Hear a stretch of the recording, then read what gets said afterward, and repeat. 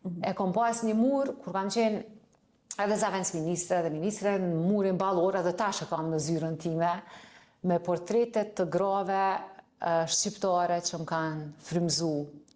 Edhe sa herë jam likështu ndoshta, se njerëzore është, ja kam qit vetës një kafe, jam ullet dhe Nëse ma kështë dhënë një emër, prej kujt je frymzu më shumë ti? Po, unë besoj që secili prej nesh mas shumë ti frymzohet prej nanës,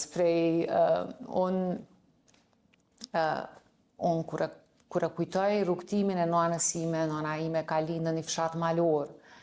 Në Prishtinë ka ardhur për herë të parë kur ka shku në provim pranues në universitet dhe ja kanë vizatu me një copë letre rrugën nga stacioni autobusit deri tek universiteti. Dhe një vajzë e re nga Drenica i ka thyt gjitha paragjykimet, është bërë profesoresha e parë në Universitetin e Prishtinës nga ai rajon.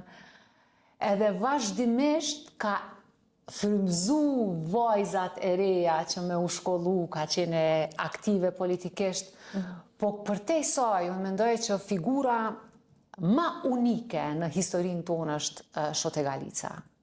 Se Shota ka luftu edhe për lirik kombëtare, edhe për emancipim kulturor, edhe për barazi gjinore. Është figura ma unike, jo ndoshta vetëm për ne, si shqiptar, po edhe më gjërë.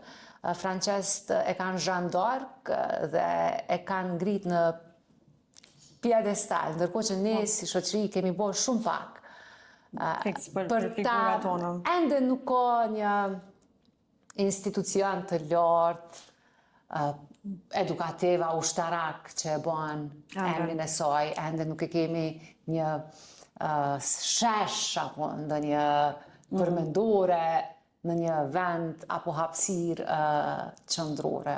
Unë besoj figura ma unike, pastaj ka qenë edhe shumë humaniste. Është për kujdes për fëmijët e luftëtarëve të rënë në luftë dhe ka vdekur në rrethana jashtëzakonisht të mjera në Shqipëri.